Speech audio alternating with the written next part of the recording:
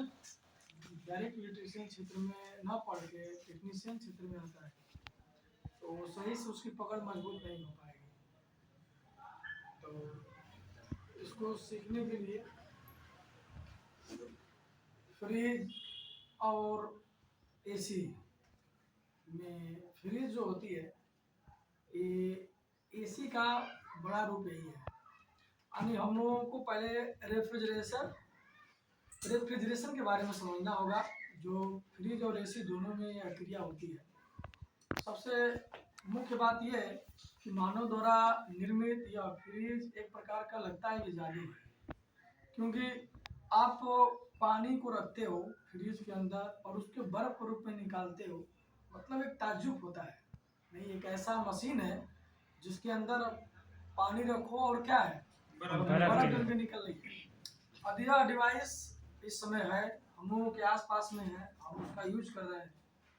वो न जाने ये सिस्टम कैसे बनी, कौन इतना दिमाग लगाया होगा, कोई तो दिमाग लगाया होगा। वो भी हम लोगों की तरह ही रहा होगा, सोच रहा होगा, पढ़ा होगा, लिखा होगा, लेकिन उसने टेक्निकल फील्ड में अपना ध्यान लगाया, कुछ हटके ध्यान लगाया। वो देखा कि नहीं, दुनिया कुछ और भी हमको देना चाहिए। तो इस तरह से कोशिश सबको करना चाहिए। पढ़ाई लिखाई सब करता है, सब उसी क्लास से निकलता है, लेकिन कुछ लोग विशेष ध्यान देते हैं लाइफ में, तो लोग कुछ करते हैं, कुछ कोशिश करते हैं। तो कोशिश लगातार हम लोगों का जारी होना चाहिए। अभी कोई भी इंसान है, अगर मान लो कोमे में ही है, 10-15 वर्ष से कोमा में है, और वो अचानक 2005 का व्यक्ति मान लीजिए, फिर मतलब पहले समय का व्यक्ति, उसमें फ्रिज व्रिज ना रहे, फ्रिज व्रिज ना देखा हो, और वो जब अचानक फ्रिज आ गया, घर में फ्रिज है, वो जब देखेगा तो मतलब अचंभव होगा कि नहीं होगा कि मतलब इसमें पानी डाल रहे हो, अचानक क्या निकल रहा है, बर्फ बन के निकल रहा है। तो कुछ इस तरह से रिएक्ट होगी। लेकिन हम लोगों की जिंदगी में हम लोग हर एक चीज यूज कर रहे हैं, एसी यूज कर रहे हैं, फ्रिज यूज कर रहे हैं, मोबाइल यूज कर रहे हैं, लेकिन उसके पीछे का जो वजह है उसको हम लोग कभी जानने की कोशिश नहीं करते। आखिर ये कैसे बना होगा, इसके अंदर क्या खासियत है कि ये बर्फ जमा दे रही है, ये मशीन कार्य कैसे करती है, क्या क्या इसमें डिवाइस लगा होगा, किस तरह से इनके फंक्शन होंगे, किस तरह से वर्क करता होगा, लोगों ने कैसे दिमाग लगा के इसको बनाया होगा। तो उसके बारे में विचार जरूर करना चाहिए। जब तक हम विचार नहीं करेंगे, तब तक उसके बारे में जानने की कोशिश नहीं करेंगे, तब तक उसको हम नहीं सीख पाएंगे। हम लोगों को करना क्या है, पहले उसके पूरे फंक्शन को जानना है, उसमें लगी हर एक डिवाइस के बारे में जानना है, एक एक पार्ट का नाम जानना है और उनका कार्य समझना है। नाम और कार्य समझ लेंगे और उसको रिपेयर करने के लिए जो हमारे पास टूल्स की आवश्यकता होगी, वो टूल्स क्या क्या चाहिए, उस टूल्स के बारे में ज्ञान होना चाहिए। यह मुख्य चीज़ें होती है। जब कोई डिवाइस बनती है तो दो पार्ट में होता है, एक इलेक्ट्रिकल होता है और एक मैकेनिकल होता है। तो इलेक्ट्रिकल से संबंधित उसमें क्या क्या प्रोटेक्शन सिस्टम है, चलाने वाला है, क्या क्या उसमें लगा हुआ है, उसके बारे में जानना है। प्लस जो मैकेनिकल पार्ट वर्क कर रहे होने वाले हैं, वर्क करते हैं, उसके बारे में जानना है कि आखिर ये कैसे कैसे कार्य कर रहा है। तो आपको बता दें कि जो रेफ्रिजरेटर होती है, इस रेफ्रिजरेटर को बनाने के लिए उसमें गैस, जब रेफ्रिजरेटर बनी तो उसमें ऐसे ही कुछ नहीं भरा गया, उसमें गैस भरा जाता है। क्या भरा जाता है? गैस। वो उसको बोलते हैं रेफ्रिजरेंट पदार्थ, क्लोरो कार्बन। आप लोग नाम सुने होंगे, उसको फ्रियान गैस के नाम से भी क्या करते हैं, जानते हैं। तो फ्रियान जो गैस होती है उसमें एक विशेष गुण होता है, वो दबाव यानी प्रेशर देने से उसकी अवस्था में परिवर्तन हो जाता है। प्रेशर देने से क्या होता है, अवस्था में परिवर्तन। हवा है, हवा पर प्रेशर देंगे तो उस अवस्था में परिवर्तन नहीं होगा, उसका तापक्रम क्या होगा, बढ़ेगा, हीट हो जाएगी। आप किसी को प्रेशर दे रहे हो ना, तो उसमें कुछ विशेष अंतर होगा, मतलब क्या होगा, वो गर्म हो जाएगी। क्या होगी, गर्म। तापक्रम देने से कोई वस्तु का प्रेशर ऑटोमेटिक क्या होता है, बढ़ जाता है। इसमें जो गैस होती है, उस गैस पर हम लोग तापक्रम बढ़ा देंगे ना, तो ऑटोमेटिक प्रेशर क्या होती है, बढ़ जाती है। मतलब चूने और पानी को मिला के आप लोग धूप में रखते हो ना, तो उसका रिएक्शन क्या होता है, गर्म होता है कि नहीं होता है। तो उसमें उबाल होता है ना, तो उसमें देखते हो उसका हम टेम्परेचर बढ़ा रहे हैं, ऑटोमेटिक उसका तापमान बढ़ जाता है, उसका प्रेशर भी क्या होगा, बढ़ जाएगा, हाई हो जाएगा।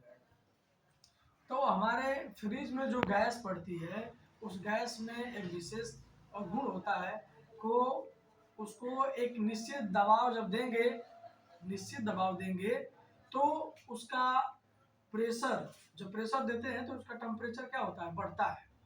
प्रेशर कम करते हैं तो उसका टेम्परेचर क्या होता है, घटता है। तो ये प्रेशर देकर, प्रेशर घटाकर जो टेम्परेचर को बढ़ा और घटा रहे हैं, यही क्रिया की वजह से हम लोग का उसमें वेपोराइजेशन क्रिया होती है। ठीक है, जैसे हम समझ लेते हैं, हम हमारी बॉडी, मानव शरीर, फ्रीज जो हमारे बॉडी है लगभग उसी आधार पर कार्य करती है। जिससे हमारे अंदर एक हार्ट है, दिल या धड़कने की कार्य करता है, पंपिंग क्रिया करता है। वैसे ही फ्रिज के अंदर एक कंप्रेसर होता है, वो भी पंपिंग क्रिया करता है। दिल से जुड़ा होता है, मतलब हमारी जो धड़कन है इससे दो लाइनें जुड़ी होती है, एक सक्शन लाइन और एक डिस्चार्ज लाइन। दयाल बाल सुने ना लोग, उसमें भी वही होता है, एक सक्शन लाइन और एक से ब्लड आती है और एक से क्या होती है, जाती है। समझा रहा ना। और उसमें फेफड़ा से भी जुड़ा होता है, दो लाइनें, जो सांस लेने पर उसका पंपिंग क्रिया जो होती है चलती रहती है। तो मान लीजिए वो कनेक्शन देने का कार्य कर रही है ना, दिल को कनेक्शन देती है फेफड़ा। जब सांस लेते हैं तो दिल एक्टिवेट हो जाता है। जब दिल एक्टिवेट होगी तो उसमें सक्शन और डिस्चार्ज लाइन कार्य करती है, पंपिंग क्रिया स्टार्ट। जब पंपिंग क्रिया स्टार्ट होती है, ब्लड एक लाइन से आती है, दूसरे लाइन से क्या होती है, आती है लो प्रेशर से, जाती है हाई प्रेशर से। और यह क्रिया लगातार चलती रहती है और हम लोग का ब्लड का सर्कुलेशन चलता रहता है। जब ब्लड का सर्कुलेशन चलता है तो प्रेशर मतलब हमारे ब्लड का जो होता है उसको बीपी की वजह से, बीपी बोलते हैं ना लोग, बीपी हाई हो गया, बीपी लो हो गया, उसी को बीपी मतलब ब्लड प्रेशर। मतलब हमारा जो प्रेशर है, पंपिंग क्रिया जो दिल पंपिंग कर रही है, वो कितना किसका दिल जो है नॉर्मल है, कितना दिल कितना खतरनाक हो गया है, ये भी देखा जाता है ना। किसी फ्रिज का कंप्रेसर खराब होता है नहीं होता है, तो हमारे अंदर भी एक कंप्रेसर जो है लगा हुआ है, ये जब पंपिंग करता है तो हम लोगों का मानव शरीर का जो ब्लड का प्रेशर होता है, हम लोग कितना होता है पता है?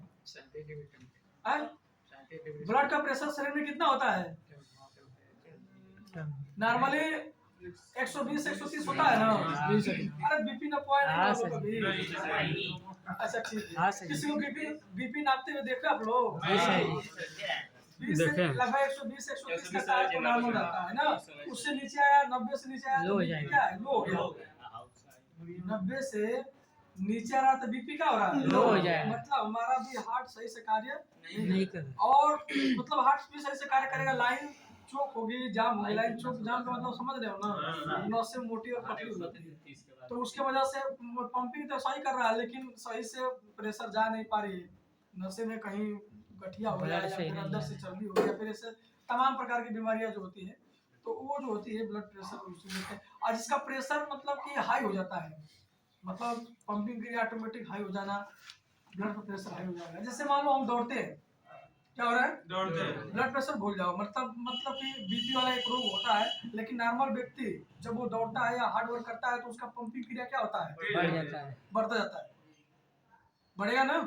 तो जब बढ़ेगा तो हमारे नसों में जो ब्लड का रफ्तार है वो भी क्या होगी, तेज हो जाएगी। जब प्रेशर बढ़ेगा तो टेम्परेचर बॉडी क्या होगी, प्रेशर बढ़ने से, ब्लड का प्रेशर बढ़ने से ये जो बॉडी का टेम्परेचर जो होती है हाई होती है, वो इस कदर हाई होती है कि इसमें से पसीना निकलने लगता है।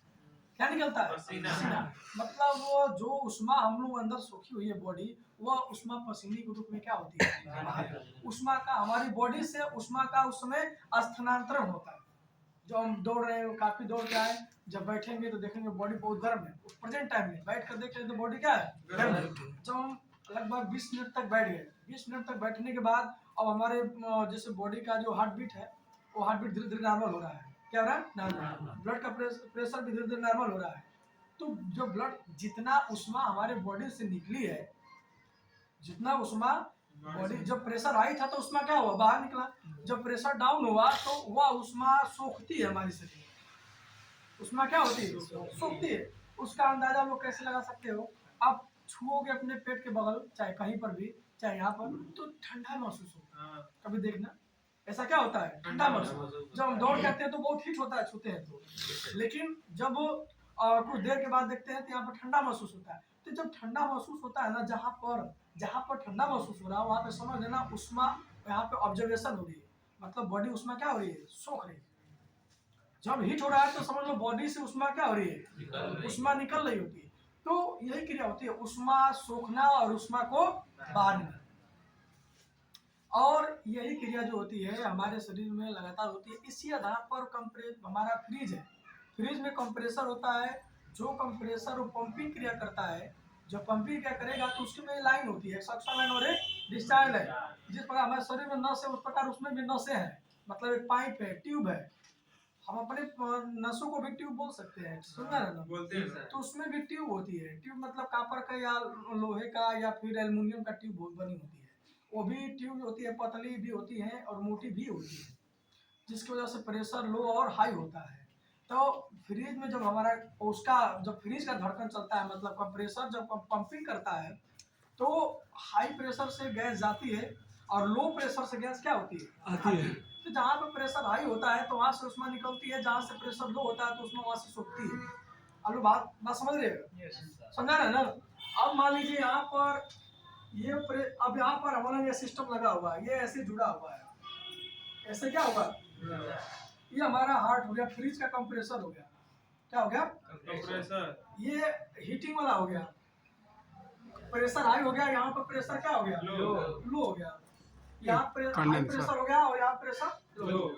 तो यहाँ से जब जा रहा है तो इधर से उष्मा क्या हो रही है, बाहर निकल रही है। इसको क्या करता है, एक बॉडी के अंदर पैक कर दिया गया है, मतलब एक बॉडी के अंदर क्या है पैक, कि यहाँ से यह उष्मा इस बॉडी के अंदर का जो टेम्परेचर होगा तो यह उसी में से सूखेगा। यहाँ प्रेशर लो है तो उसमें से क्या हो रही है, मान लीजिए यहाँ का 20 डिग्री सेल्सियस टेम्परेचर है, वायुमंडल का टेम्परेचर जो है मान लीजिए हम लोगों का भी 20 डिग्री सेल्सियस है, सबका first time 20 degree Celsius temperature है।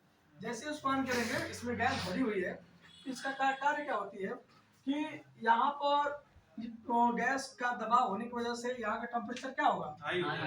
जब हाई हो जाएगा तो यहाँ से उष्मा क्या होती है, बाहर जाती है। तो यह उष्मा कहाँ से आती है, इस बॉडी के अंदर ये फिट हुआ है एक डिवाइस जो इससे जुड़ी हुई है। यह डिवाइस लो गैस का यहाँ पर प्रेशर लो होने की वजह से अपने अंदर उष्मा क्या करती है, ऑब्जर्वेशन करती है, सोखती है। जब उष्मा सूखेगी उसी उष्मा को लेकर ये अपने पास लाती है और फिर ये इसको देती है, ये उष्मा बाहर निकलता है। मतलब यह होता है फ्रिज के अंदर कि जो अंदर पैक है लगातार अपने अंदर की उष्मा सोख रही है और गैस के माध्यम से इसको दे रहा है, और ये इतना प्रेशर हाई इसको कर दे रहा है कि यहाँ से उष्मा जो सूखी वो बाहर निकल जा रहा है। तो लगातार यही वर्क होता है, यहाँ से उष्मा सोखना और यहाँ उष्मा देना। आप लोग सोचो कि यहाँ से उष्मा हम सोख के लेकर आ रहे हैं, इधर दे रहे हैं, लेके जा रहे हैं, तो एक समय ऐसा है इसका टेम्परेचर 10 डिग्री सेल्सियस होगा, और भी चला देंगे तो 5 डिग्री सेल्सियस हो जाएगा, और देर तक चला देंगे 0 डिग्री सेल्सियस हो जाएगा, माइनस में भी जितना वो हाई होगा उतना ही समझा रहे रे। तो जब तक ये चलेगी तब तक इसमें टेम्परेचर धीरे धीरे कम होता जाए। क्यों, क्योंकि देखो फ्रिज का गैस कुछ करता नहीं है, उष्मा को एक स्थान से दूसरे स्थान पर स्थानांतरित करता है फ्रिज का, और एसी का यही कार्य होता है। अब ये नहीं कि उसमें कोई कूलिंग ऐसे ऐसे दे रहा है, ऐसी उसमें कोई बात नहीं। आप देख कर देखो, यहाँ से हम हीटिंग को निकालेंगे तो यहाँ का टेम्परेचर ऑटोमेटिक कम होगा कि नहीं होगा, होगा ना। गैस का बस इतना काम होती है उष्मा को सूखना, कूलिंग नहीं देती है। अभी नहीं वो कूलिंग फेंक रही है गैस, ऐसी आप लोग कल्पना मत करिएगा। वो उष्मा को ऑब्जर्वेशन करिए, सोख रही है। आप देख लो कि यहाँ पर मान लीजिए ईटा रखा हुआ है, भारी मात्रा में ईटा रखा हुआ, हम इस ईटा को निकाल के इधर दे रहे हैं तो एक समय आएगा कि यहाँ की ईटा क्या होगा, कम हो जाएगा ना, इधर को ज्यादा होगा। तो यही है, इधर से उष्मा निकल रही है, इधर की तरफ क्या हो रही है, हाई। और ये क्या करता है, अपनी उष्मा वायुमंडल में दे देता है। कहाँ देगा, वायुमंडल, समझा रहे ना। ये चीज होती है। तो काफी हद तक जब फ्रिज का जब शुरुआत हुआ, देखिए जब फ्रिज का शुरुआत हुआ तो कुछ चीजें जो होती हैं हमारे लिए लाभदायक भी होती हैं, कुछ चीजें हमारे लिए हानिकारक भी होती हैं। वही हानिकारक करता है सर जी। तो इसमें हानिकारक जो होती है, इसमें गैस था जो इसमें निकल रहा है, जो हाई मतलब रेफ्रिजरेंट 12 होता है। क्या होता है, रेफ्रिजरेंट 12। इसमें जो गैसें होती है ना, सब गैसें होती है अलग अलग होती है। तो इसमें एक गैस शुरू में भरा गया था, एक गैस R12। कौन सा गैस होती है? R12। ये R12 जब फ्रीज का हम लोगों का शुरुआत हुआ, तो जो लोग ब्रिटिश क्षेत्र से जब ये गैस निकला, अब यहाँ से गैस भरा गया फ्रिज के अंदर, तो लोगों को लगा कि नहीं ठंडा हो रहा है। मतलब कि जो विदेशी कंट्री है, विदेशी कंट्री में आप लोग देखोगे तो वहाँ का टेम्परेचर ऐसे ही हाई रहता है। तो लोगों का एक तो वहाँ का हम लोग का भारत देश है कृषि प्रधान देश है, उधर तो कोई हम लोग के यहाँ से खाद्य पदार्थ जाता है तो लंबे समय तक रखो लोग खाते पीते हैं, ऐसा होता है ना। क्योंकि वहाँ पर ना रखेंगे फ्रिज तो लोग बेचारे नहीं पी पाएंगे सही से, क्योंकि वहाँ पर इतना हाई होता है टेम्परेचर की एक तो खरीद कर लेके आना है मार्केट से, उसको लंबे समय तक रखना है, इसलिए वहाँ फ्रिज रखना बहुत जरूरी था। तो वहाँ के लोगों के लिए तो वो किफ़ायती था, बहुत सही था, ठीक है ना। लेकिन खास तौर से हमारे देश में ताज़ा खाना मिलना, ताज़ा सब्जियाँ मिलना, हर एक चीज़ ताज़ा है। वहाँ के लोगों को मजबूरी है कि वो लोग पाव रोटी खाते हैं, ब्रेड खाते हैं, ये सब खाते हैं, वो मजबूरी है, वो लोग खाना खा रहे हैं। लेकिन वो लोगों की तो मजबूरी है, लेकिन हम लोगों का इंडिया में क्या है, उन लोगों को देखा शौक बन गया, लोग ऐसे यूज कर रहे हैं, अपना खाना अच्छा खाना छोड़ के सड़ा हुआ खाना खा रहे हैं सब, तो बीमारियां ऐसे ही फैल रही है, फैल रही है ना। इसका रीजन यही है। हमारे फ्रिज देखिए, फ्रिज एक हद तक हम लोगों के प्राकृतिक नेचर के खिलाफ है। नेचर का जो प्रकृति का है, नहीं ठंडा है तो ठंडा है, गर्मी है तो गर्मी है, आप उस सीजन में वैसा आपका टेम्परेचर बॉडी लेना चाहिए। हम गर्मी के मौसम तो गर्मी फील करो, बरसात आ रही है तो बरसात का आनंद लो, क्या बोलते हैं ठंडी आ रही है तो ठंडी में अपना शरीर को तपाओ। अभी नहीं कि ठंडी में गर्मी ले रहा हो, जब बरसात है तो अलगे हो गए, गर्मी में पूरा ठंडा मतलब ऐसे शुरू में सो पता नहीं चल रहा है पूरा पूरा। तुम तो अपने हिसाब से जिंदगी अब जी रहे हो रहा कि नहीं हो रहा। तो इसमें जो R12 जो गैस होती है, यह गैस इतना खतरनाक होती है कि हमारा जो ग्लोबल वार्मिंग होता है, ओजोन परत गैस, जो पृथ्वी का वायुमंडल है, जब पृथ्वी का विकास हुआ था, पृथ्वी का एक ऐसी अनोखा ग्रह है कि जहाँ पर जीव जंतु मानव लोग रहने लगे, और वहाँ पर उसका सुरक्षा कवच बना है जो कि ओजोन गैस बोलते हैं। पृथ्वी सूर्य से ही टूटकर बनी हुई है। करोड़ों वर्ष पहले जब पृथ्वी का जन्म हुआ तो यह एक आग की गोला थी। क्या थी? आग की गोला, क्योंकि उसी से टूटा हुआ भाग है। सूर्य से कोई चीज ऐसा टकरा गया कि सूर्य 9 भागों में, मतलब उसका छोटे छोटे भाग जो है अलग अलग गिरे, और जहाँ गिरे, जहाँ उसकी ग्रेविटी और बाहर की ग्रेविटी जब खींची तो वहीं पर क्या हो गया, चक्कर लगा दी, तो उसमें एक पृथ्वी भी टुकड़ा निकला, सूर्य से ही टुकड़ा निकला।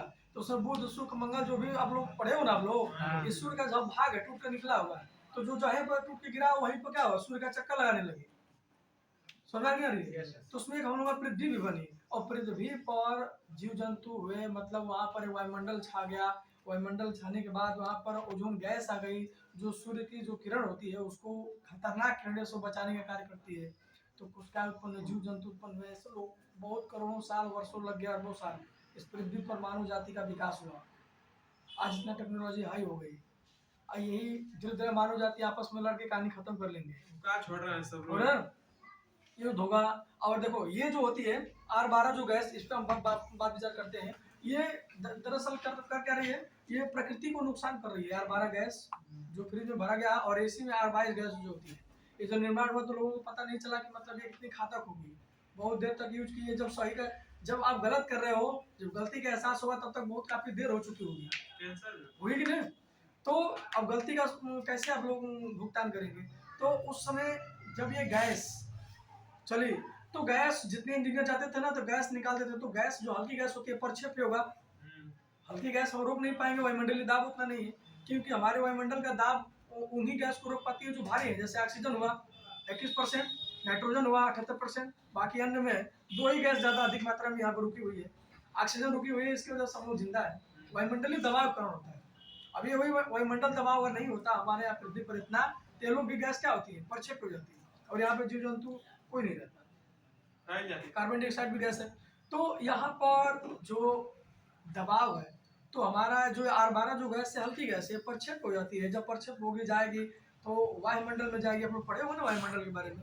तो यहाँ से जो गैस होती है वो जो पृथ्वी से निकल कर जाती है, तो जो ओजोन गैस है, ओजोन गैस का जो परत है, ओजोन गैस का परत है, क्या है, गैस का परत, वो ये जो गैस है उसको तोड़ देती है।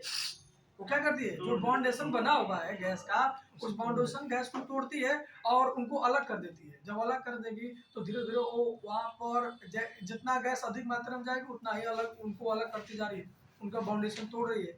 जब तोड़ेगी तो वहाँ पर धीरे धीरे होल बन रहा है। उसी होल की वजह से यहाँ का वातावरण गर्म हो रहा है, हर साल गर्म टेम्परेचर बढ़ रही है। और एक समय ऐसा आएगा कि कहीं पर ज़्यादा ठंडी होगी, कहीं पर ज़्यादा गर्मी होगी, कहीं पर ज़्यादा बरसात हो जाएगी, कहीं पर लगेगा कि पूरा बदले पड़ गया। एक के मौसम एक मतलब अब मौसम का भी परिवर्तन अब इधर उधर हो गया है ना। ये सब मौसम डिपेंड करता है हमारे वायुमंडल नेचर से, पेड़ पौधे से, नेचर से, प्रकृति से, ओजोन गैस, वायुमंडल, मतलब हर एक चीज से ये एक दूसरे से बाउंडेशन बने हुए हैं। तो इसके वजह से मानव जाति अब देखो सबसे समझदार है, लेकिन सबसे कचरा यही कर दिए हैं सब, अपने स्वार्थ के लिए हर एक चीज खतरे में पड़ रही है। खैर हम इसके बारे में समझते हैं। ये R12 जो गैस है फ्रिज में लोग डालने लगे, डालने के बाद जब ये एहसास हुआ, लोगों ने रिसर्च किया था, वैज्ञानिकों ने रिसर्च किया तो पता लगा कि नहीं, जो हमारा लड़ाकू विमान एक जेट होती है, उस जेट में जो इधर भरा जाता है वो भी एक प्रकार का ओजोन गैस परत को नुकसान करता है, और फ्रिज में भरने वाले और एसी में भरने वाली जो गैस है वो भी ओजोन गैस को नुकसान कर रही है। हम क्या कर रहे हैं अपने अंदर घर में और अपने सुख के लिए वायुमंडल क्या वो बोले हैं कि टेम्परेचर को कम कर रहे हैं, गर्मी में ठंडी का एहसास ले रहे हैं, मजे ले रहे हैं, लेकिन आने वाले जो जनरेशन है वो तो एकदम गर्म हो जाएगा। आप एसी लगाने के बाद भी सही नहीं कर पाओगे, बस में नहीं रही है। तो इतना अब देखो, अब टेम्परेचर हर साल बढ़ रही है ना। अब क्या है, विदेश में तो एसी लग रहा है, इंडिया में एसी लगने लगा, पहले शहर में छप गाँव में आने लगा, बड़ा नहीं है गाँव में। यहाँ तक कि गांव में पीपल का पेड़ हुआ, नीम का पेड़ हुआ, घर द्वार अपना ऐसे ही ठंडा मौसम रहता था। लेकिन अब शौक बना लिए लोग, देखा देखी अपना हो रहा है। अब दहेजों में मिल रही है एसी, फ्रिजों दहेज में मिल रही है, मिल रही है ना। तो उसकी खास जरूरत नहीं थी, लेकिन लोगों ने क्या बना लिया, शौक बना लिया। इस तरह से अब आने वाला जनरेशन क्या होगा, जब एसी रूम में रहेगा तो उसको उसकी आदत नहीं रहेगी। नीचे कर दीजिए, की आदत है कि नहीं, अब एसी रूम में तो एसी रूम में रहेगा, वो कभी सह नहीं पाएगा बाहरी टेम्परेचर को।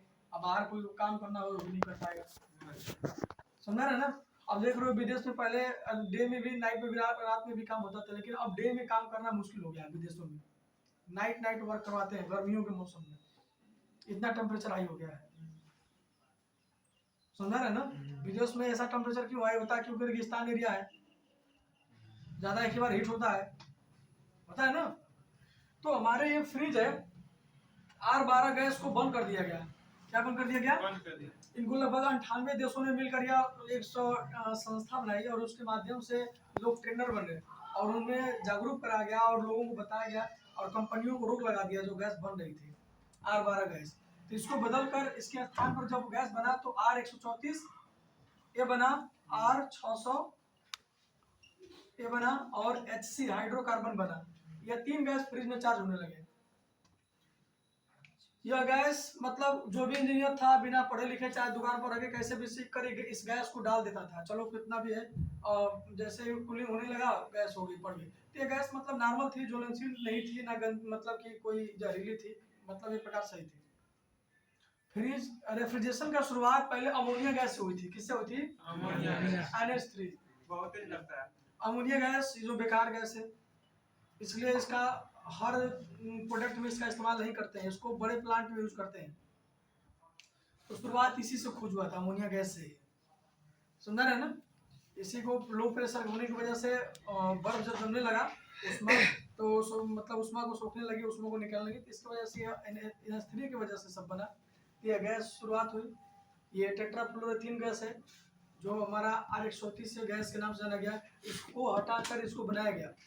ये भी वैसा ही है, मतलब ज़्यादा ज्वलनशील भी नहीं है, ये ज्वलनशील नहीं है गैस। मतलब आप लोग कभी भी फ्रिज में जब गैस भरने काम करेंगे, जो भी है सीखने का, चाहे जो भी इंजीनियर होता है कहेंगे, जो दुकान पर अगर सीख रहा है चाहे कहीं पर भी अगर सीख रहा है, उसको हर एक चीज़ सब कुछ मालूम होना चाहिए। न तो जितना आप इसको देख रहे हो वो बहुत खतरा भी है, क्योंकि इसमें कुछ गैसें ज्वलनशील नहीं होती हैं, कुछ गैसें ज्वलनशील होती हैं। जैसे ये हो गया 600 गैस, ये गैस ज्वलनशील है।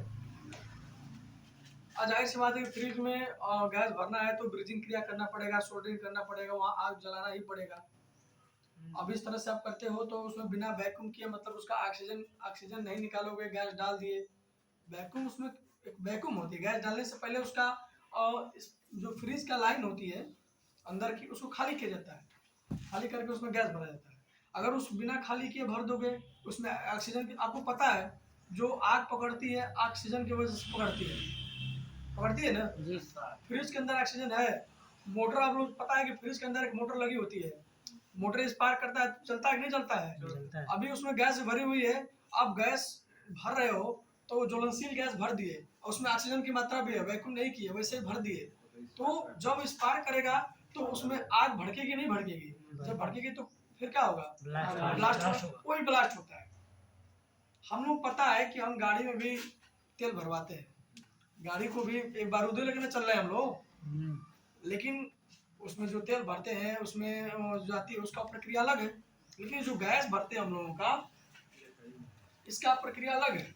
ये अंदर से पूरा पैक होती है, इसका लाइन कहीं ओपन नहीं होता है, ये बंद क्लोज परिपथ में रिसाइकल कर रही है, मतलब कि एक पाइप के अंदर गैस आ रही है जा रही है, ऐसे रिसाइकलिंग क्रिया हो रही है। अगर इस गैस में ऑक्सीजन होगी, आग भड़केगा तो आग लगेगा, जब आग लगेगा तो विस्फोट होगी। इसमें ऑयल भी बनाया जाता है, कंप्रेसर जो होती है उसमें मोटर होती है, उसमें पंपिंग क्रिया होता है, एक प्रकार का इंजन है। उस इंजन को चलाने के लिए लुब्रिकेशन की जरूरत पड़ती है। लुब्रिकेशन का मतलब समझ रहे हो ना? चिकनाहट, पिस्टन और सिलेंडर जो होती है, अगर चिकनाहट नहीं रहेगी तो चलेगा? खराब हो जाएगा। हमारी इंजन को मोबिल की आवश्यकता पड़ती है ना, उसी प्रकार उसके अंदर भी मोबिल डाला जाता है। क्यों? क्योंकि वो भी सही तरीके से कार्य कर सके। एक प्रकार का इंजन है, गाड़ी के जैसा जो टू व्हीलर गाड़ी है ना, उसी प्रकार का उसमें इंजन होती है, उसमें भी सिलेंडर होता है, वो भी एक सिलेंडर, 2 सिलेंडर, 3 सिलेंडर, जितना साइज बड़ा होगा उस तरह का वो कंप्रेसर उसका बना होता है। तो आप लोगों को पता है कि उसमें जो ऑयल भरा जाता है, ऑयल उष्मा का कुछ अलग पदार्थ होता है, यानी मोटर को ठंडा करने के लिए होता है, प्लस उसमें चिकनाहट के लिए होता है। तो ऑयल गर्म होगा तो उसका आयतन, जब ऑयल जब गर्म होगा तो आयतन गर्म मतलब कि बढ़ेगा कि नहीं बढ़ेगा? ऑयल हीट होता है तो उसका आयतन बढ़ती है, ऑयल ठंडा होता है आयतन घट जाती है। तो वेपर में होगा, ऑयल बढ़ेगा, जब उसका आयतन बढ़ेगा तो ऑयल, जब उसका प्रेशर जब बढ़ता है ना तो अच्छे बॉडी फट जाएगी। कंप्रेसर को फटते हुए आप लोग नाम सुने हो? नहीं, कंप्रेसर फटते हुए नाम नहीं सुने हो? कंप्रेसर फट जाता है। अच्छा, ट्रांसफार्मर को फटते हुए सुने हो? गांव में ट्रांसफार्मर फटता है ना, तो ट्रांसफार्मर कैसे फट जाता है ये बताओ? लाइन से फटती है? नहीं, उसमें ऑयल भरा होता है। ऑयल क्यों भरा होता है? ट्रांसफार्मर के अंदर बाइंडिंग होती है, उस बाइंडिंग को ठंडा करने के लिए होती है, और वो बाइंडिंग जब हीट होती है तो ऑयल ओवर हीट होता है।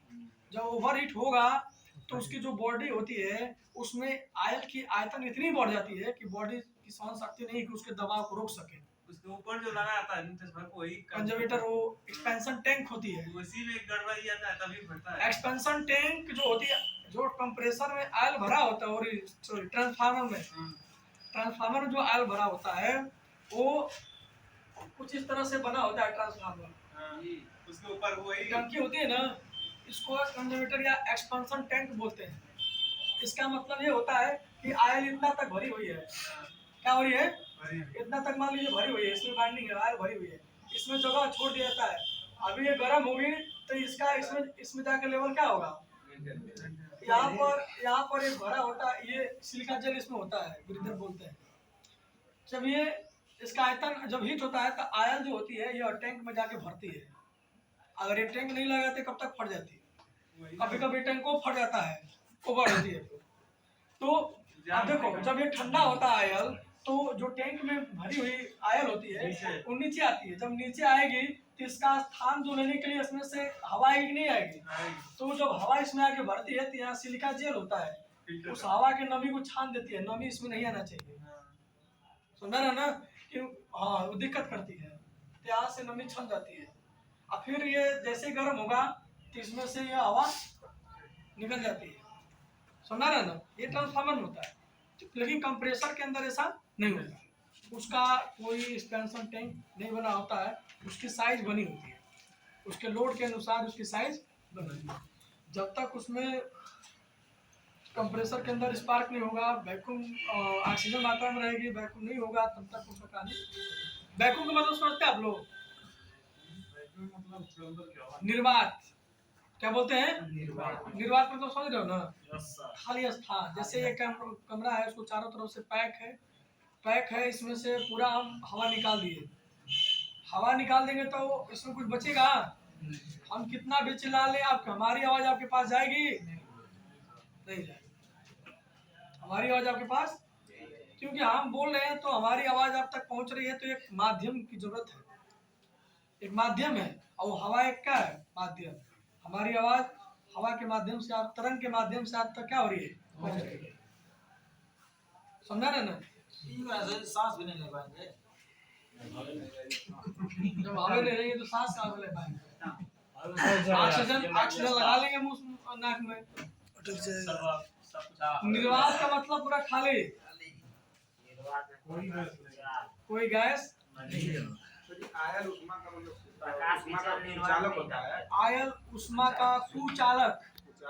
हाँ, जैसे विद्युत का वो चालक होगा। विद्युत का आयल मतलब विद्युत का सुचालक होगा। सुचालक क्या है? दोनों का सुचालक। आयल में देखते हो कि मोटर जब अंदर होती है ना, अगर वो सुचालक होता तो मोटर कब का जल नहीं जाता। बात सुनेंगे नहीं? हाँ ठीक है। फ्रिज जो हम अब देखते हैं, इसके कुछ कार्य करने का तरीका हम समझ लेते हैं। इसमें कुछ मुख्य पार्ट होते हैं जिसका नाम होता है